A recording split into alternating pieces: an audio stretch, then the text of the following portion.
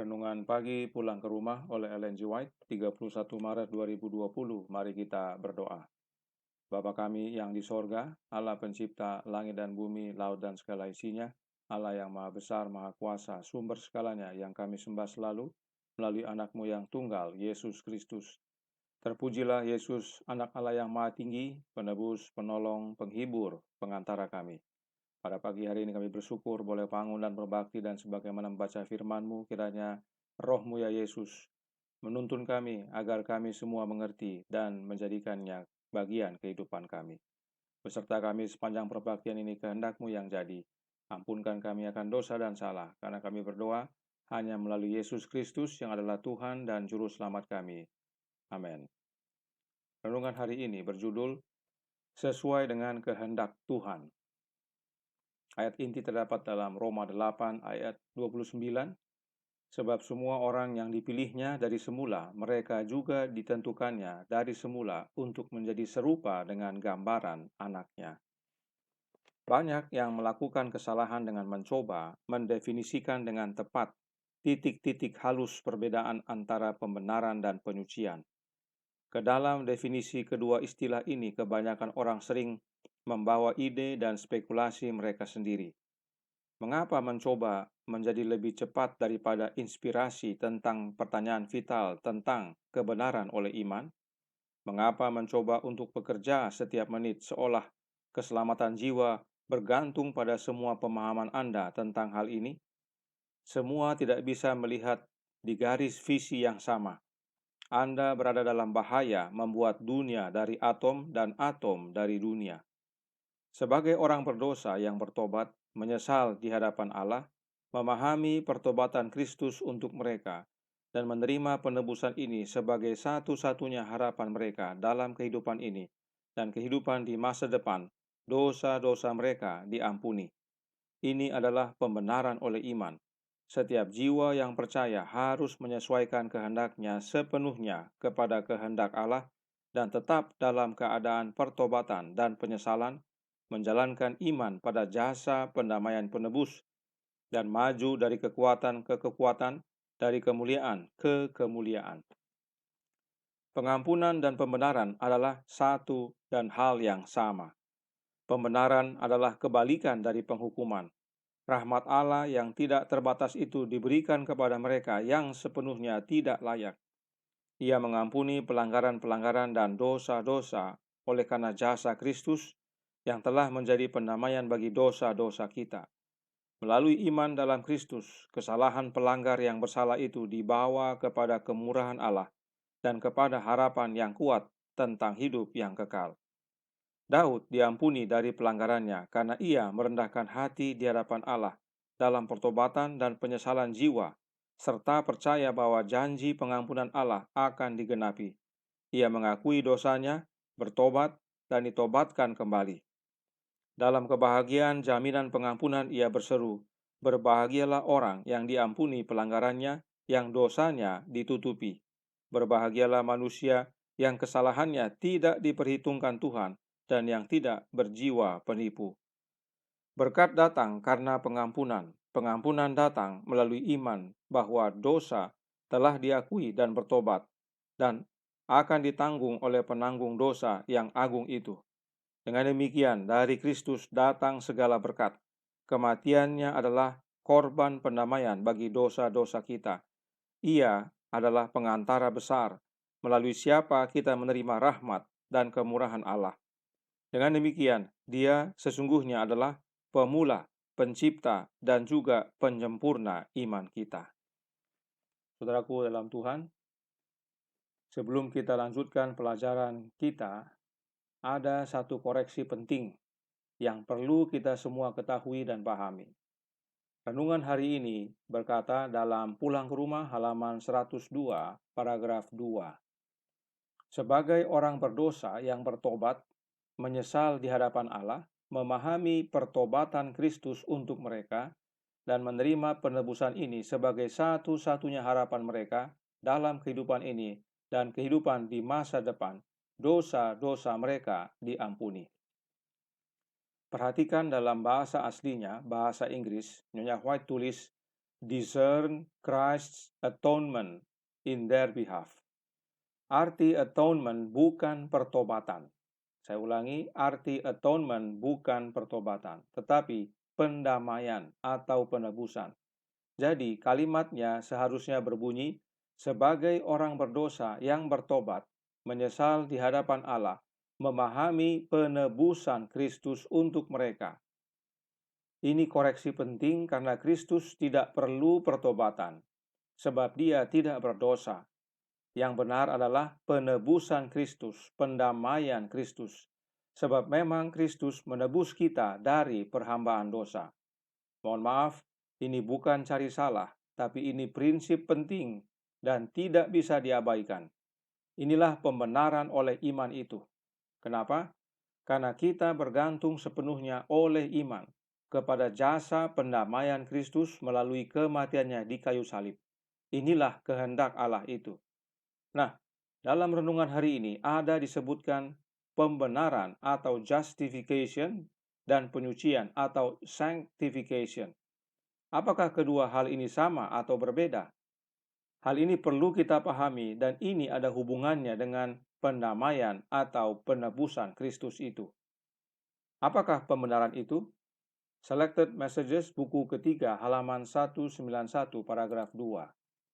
Ketika melalui pertobatan dan iman kita menerima Kristus sebagai juru selamat kita, Tuhan mengampuni dosa-dosa kita dan membebaskan hukuman yang ditentukan untuk pelanggaran hukum. Orang berdosa kemudian berdiri di hadapan Allah sebagai orang yang benar. Dia disukai oleh surga dan melalui Roh memiliki persekutuan dengan Bapa dan Putra.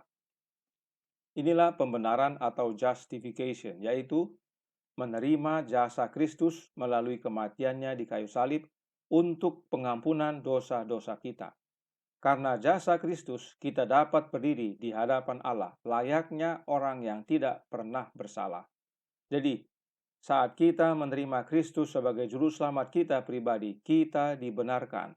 Saat itu juga, perhatikan kutipan berikut dari SDA Bible Commentary, volume 6, halaman 1071, paragraf 8, yang berkata, pembenaran adalah pengampunan sepenuhnya dari dosa. Saat seorang berdosa menerima Kristus oleh iman, saat itu ia diampuni. Inilah hubungannya pembenaran dengan jasa Kristus, yaitu melalui kematiannya. Sebab kematian Kristus, anak domba Allah, menghapus dosa. Kita menerima pengampunan sepenuhnya dari dosa. Pembenaran juga diartikan sebagai kebalikan dari penghukuman. Kenapa? Sebab dosa sudah diampuni oleh jasa Kristus, maka hukuman tidak ada. Kita bebas dari hukuman. Sebab hukuman itu ada karena dosa. Lalu bagaimana dengan penyucian atau sanctification? Selected Messages buku 3, halaman 191, paragraf 3, menjelaskan. Kemudian masih ada pekerjaan lain yang harus diselesaikan dan ini bersifat progresif. Jiwa harus dikuduskan melalui kebenaran dan ini juga dicapai oleh iman. Karena itu hanya oleh kasih karunia yang kita terima melalui iman, karakter dapat diubahkan. Penyucian atau pengudusan atau sanctification bukan sekejap. Itu adalah suatu proses atau Nyonya White katakan progresif. Progresif artinya maju setahap demi setahap. Jiwa dikuduskan melalui kebenaran. Yohanes 17 ayat 17. Dan kebenaran itu adalah Yesus Kristus. Dan itu merupakan suatu proses pertumbuhan. Setahap demi setahap. Pertumbuhan itu hanya oleh kasih karunia Kristus. Apakah kasih karunia Kristus itu? Roh Kristus. Bisa lihat pelajaran renungan pagi pulang ke rumah tanggal 29 Maret dan 30 Maret. Roh Kristus itulah yang dapat ubahkan karakter kita menjadi sempurna agar kita layak menerima keselamatan. Berapa lama prosesnya? Nasihat Allah untuk masa kini, buku 3, atau diterjemahkan dari Selected Messages, buku 3, halaman 153, paragraf 5. Nyonya White menuliskan, biarlah kita menjadi orang-orang Kristen yang bertumbuh. Kita tidak boleh berdiam diri. Kita harus maju hari ini lebih daripada kemarin. Inilah yang tadi Nyonya White katakan progresif, maju tahap demi tahap. Setiap hari belajar untuk lebih percaya, sepenuhnya lebih bergantung pada Yesus. Demikianlah kita harus bertumbuh, perhatikan ya. Inilah yang namanya sanctification itu, suatu pertumbuhan, suatu progresif. Engkau tidak langsung mencapai kesempurnaan oleh satu loncatan. Penyucian atau pengudusan adalah pekerjaan seumur hidup. Pekerjaan penyucian atau sanctification adalah pekerjaan seumur hidup. Itu sebabnya Nyonya White katakan tadi, maju tahap demi tahap atau progresif atau bertumbuh. Lalu apa hubungannya dengan kehendak Allah? Renungan hari ini jelaskan bahwa setiap jiwa yang percaya harus menyesuaikan kehendaknya sepenuhnya kepada kehendak Allah. Jadi, siapa saja yang percaya oleh iman menerima pembenaran dalam Kristus dan kemudian bertumbuh di dalam Kristus dalam pengudusan, telah menyesuaikan kehendaknya dengan kehendak Allah. Inilah pentingnya memahami apa itu pembenaran dan pengudusan atau penyucian. Alkitab berkata dalam 1 Tesalonika 4 ayat 3, karena inilah kehendak Allah, pengudusanmu. Allah menghendaki agar kita kudus.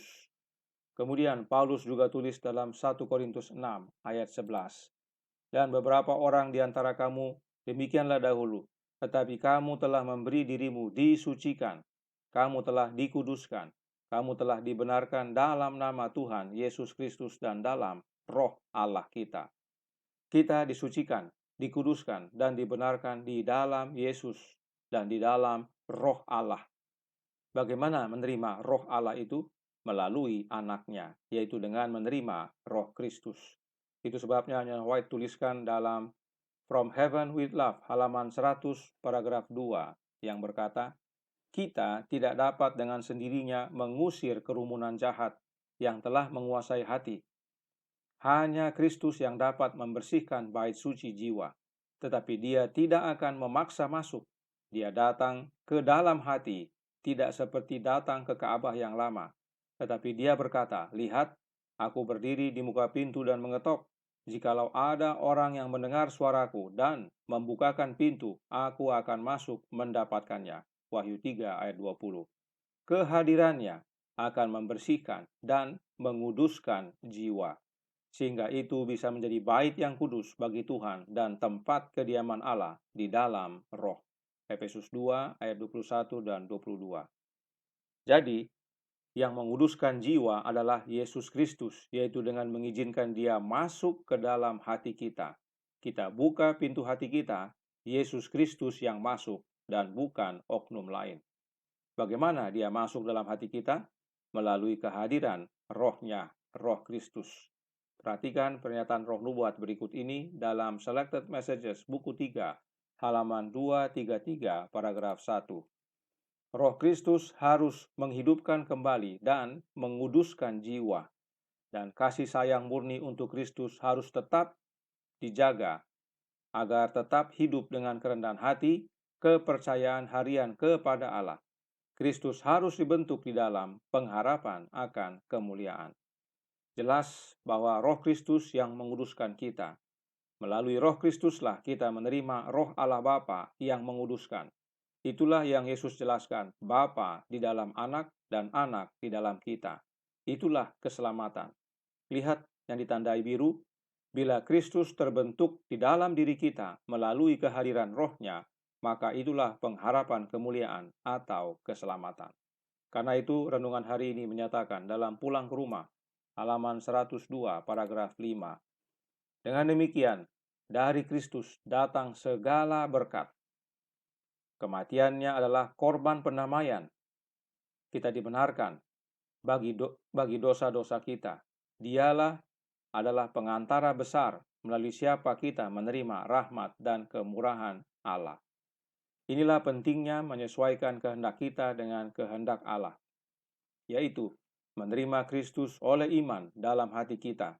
Sebab dengan tinggalnya roh Kristus dalam hati kita, maka pembenaran dan pengudusan menjadi bagian kita. Sebab Kristuslah yang memimpin kita, Saya ulangi, yang memimpin iman kita dan membawa kepada kesempurnaan. Ibrani 12 ayat 2. Ingat, kita mau pulang ke rumah, dan syarat untuk bisa tiba di rumah adalah dengan memiliki kesempurnaan karakter. Dan itu hanya dapat kita peroleh di dalam Yesus Kristus dengan menerima Roh-Nya yang kudus. Tuhan memberkati, saya bawa dalam nama Yesus. Amin. Mari kita berdoa. Bapa kami yang di sorga, Allah pencipta langit dan bumi, laut dan segala isinya, Allah yang maha besar, maha kuasa, sumber segalanya, yang kami sembah selalu melalui anak-Mu yang tunggal, Yesus Kristus. Terima kasih atas penjelasan tentang menyesuaikan kehendak kami dengan kehendak Allah. Kehendak Allah adalah pembenaran dan pengurusan kami agar kami disempurnakan dalam Kristus dan menerima keselamatan.